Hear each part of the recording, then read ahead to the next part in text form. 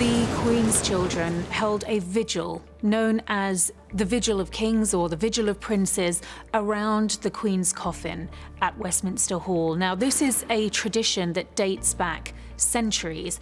What was unusual about the vigil was that Princess Anne was part of it. Of course, the Queen had 4 children: Anne, Edward, Charles and Andrew.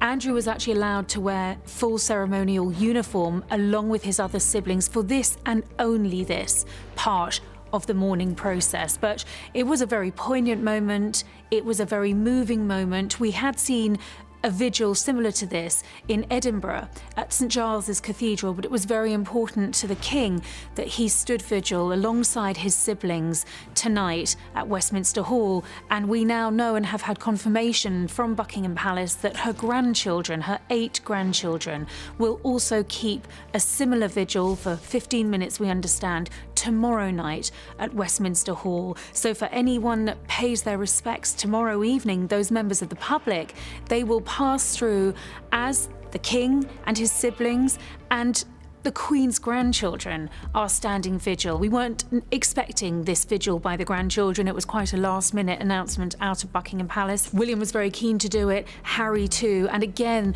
I think many people will be reading a lot into this because we are going to see William at one end of the coffin, Harry at the other. These 2 brothers sort of united in mourning, supported by the other grandchildren, their cousins, who they're enormously close to. And so I think many are hoping that this is the start of a genuine and long-term reconciliation between the brothers. It's absolutely what the Queen wanted. It's sad that it's had to come through her death, but all the signs of a rapprochement do seem to be there. The olive branch has been extended. Harry has been allowed to wear his military ceremonial uniform.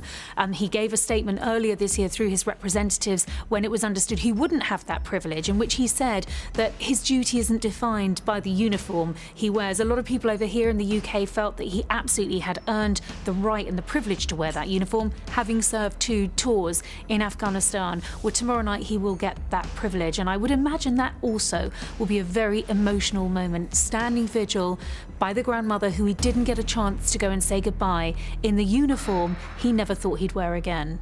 They are the younger generation, the new generation of royals, and I think it's going to be an incredibly moving moment, not least because you're going to see those 2 brothers with a rift and an ocean that has now divided them, standing at either end of their grandmother's coffin. I think that's a moment that will really pull on the heartstrings. I think it's going to be deeply poignant and very moving. And of course, for the members of the public who are in Westminster Hall, because they will continue to process through, I think that moment, watching William and Harry at either end of their grandmother's coffin, is going to be incredibly powerful, incredibly emotional.